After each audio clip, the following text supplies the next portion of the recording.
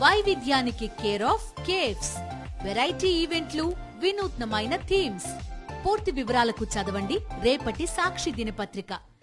భక్తులు 5 సంవత్సరాల పాటు వేల కిలోమీటర్ల నుంచి వచ్చి తెలుగువారు వెళ్ళి తిరుమల తిరుపతి దేవస్థానంలో ఉన్నటువంటి దైవాన్ని సందర్శించుకొని లడ్డూ ప్రసాదాన్ని తీసుకొని కళ్ళకద్దుకొని వారు ప్రసాదాన్ని స్వీకరించి ఆనందంగా వెళ్ళిపోయారే కొన్ని లక్షల కోట్ల మంది.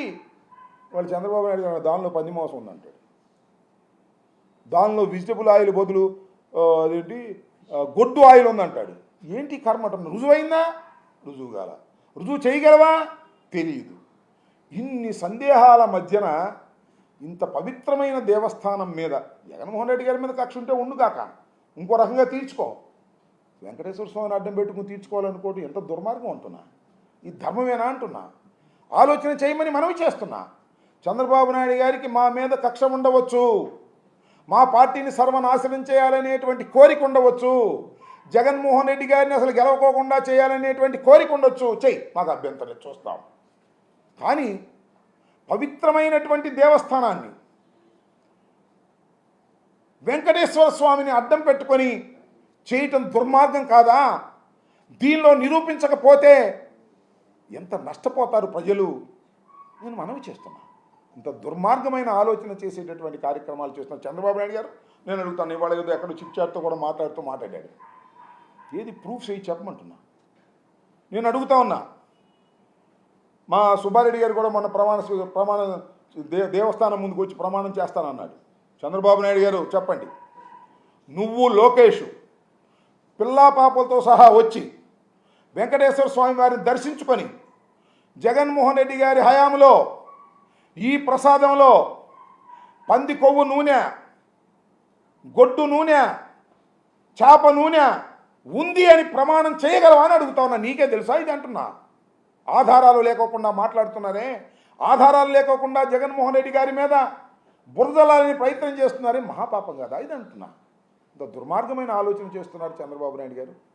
ప్రతి దానికి జగన్మోహన్ రెడ్డి గారే, వరదలకు జగన్మోహన్ రెడ్డి గారే, ప్రకాశం బ్యారేజీ పగలగొట్టడానికి ప్రయత్నం చేసిన జగన్మోహన్ రెడ్డి గారే, నా ఇల్లు ముంచింది జగన్మోహన్ రెడ్డి గారే, తిరుమల తిరుపతి దేవస్థానం ఇవన్నీ చేయి. రాజకీయంగా తప్పులేదు, నువ్వు చేస్తే దాన్ని ఎట్లా ఎదుర్కొన్నావు. కానీ దైవాన్ని అడ్డం పెట్టుకొని నువ్వు ఇవాళ దేవుడి ప్రసాదాన్ని అడ్డం పెట్టుకొని ఇవాళ రాజకీయం చేస్తున్నావే, ఎంత దుర్మార్గమయ్యా ఇది. ఆలోచన చేయమని మనవి చేస్తున్నా. విఘ్నులైనటువంటి తెలుగు ప్రజలను అడుగుతా ఉన్నా. జగన్మోహన్ రెడ్డి గారి మీద కోపం ఉంటే ఉండుగాక, రాజకీయంగా తీర్చుకోండి. ఇలాంటి దుర్మార్గమైనటువంటి ఆరోపణలు చేసి, ఆధారాలు లేని ఆరోపణలు చేసి జగన్మోహన్ రెడ్డి గారి మీద కక్ష తీర్చుకోవాలనుకుంటే చాలా దుర్మార్గం. అదేదో స్వామి చెప్తారు కదా, కంటిలో నలుసు తీయాలంటే పెనుగుడ్డు పెరికేయాలని. కంటూ నలుసుంటే తీసేయి. జగన్మోహన్ రెడ్డి గారి మీద ఏమైనా కోపం ఉంటే వేరేగా తీర్చుకో, చాలా రాజకీయ ఆరోపణలు చేసుకో.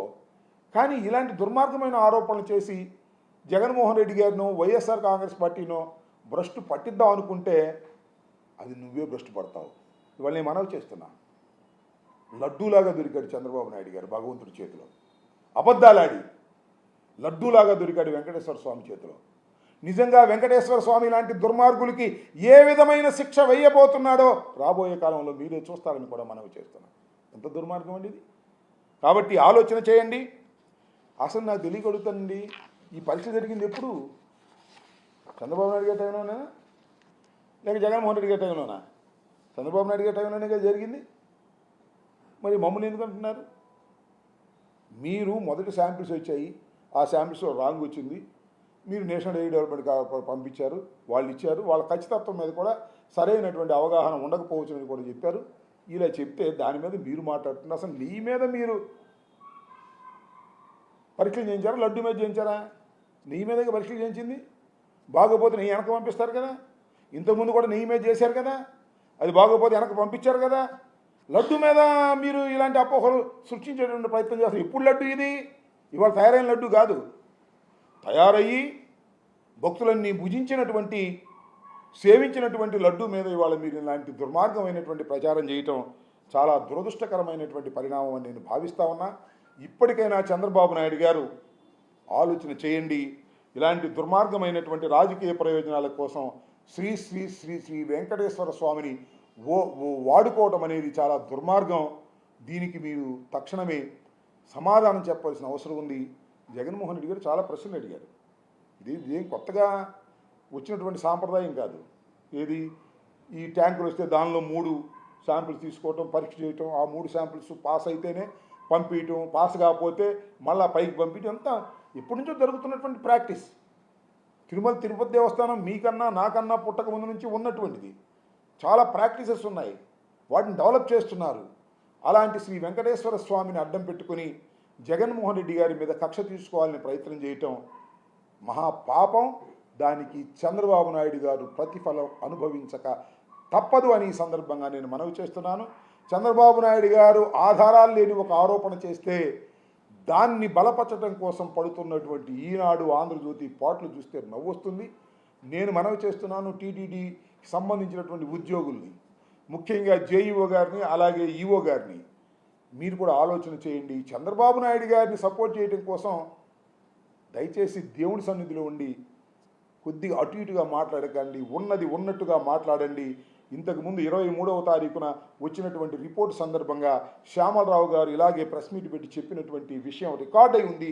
దానిలో ఏమన్నారు, జంతువు కొవ్వు అని అనలేదు, వనస్పతి ఆయిల్స్ కలిశాయని డౌట్ని వ్యక్తం చేశారు. అదే దాన్ని ఏమంటే డాల్డా అని. అది పోయి వాళ్ళ చంద్రబాబు నాయుడు గారిది సపోర్ట్ చేయడం కోసం ఏయో మాట్లాడడం సమంజసం కాదు. దైవ సన్నిధిలో ఉండనేది గమనించాలని ఈ సందర్భంగా నేను చెప్పదలుచుకున్నాను. ఆ వరదలో బోట్లు తెగిపోయి వస్తే, గొడ్డు బోట్లను తెగిపోయి వస్తే, అది ప్రమాదంగా యాక్సిడెంట్గా జరిగితే అది జగన్మోహన్ రెడ్డి గారి మీద ఉద్దేశ ప్రయత్నం చేసి దానిలో లబ్ధి పొందాలనుకోవడం దుర్మార్గం కాదా? అవునా? చెప్పండి ఏంటి శర్మ గారు.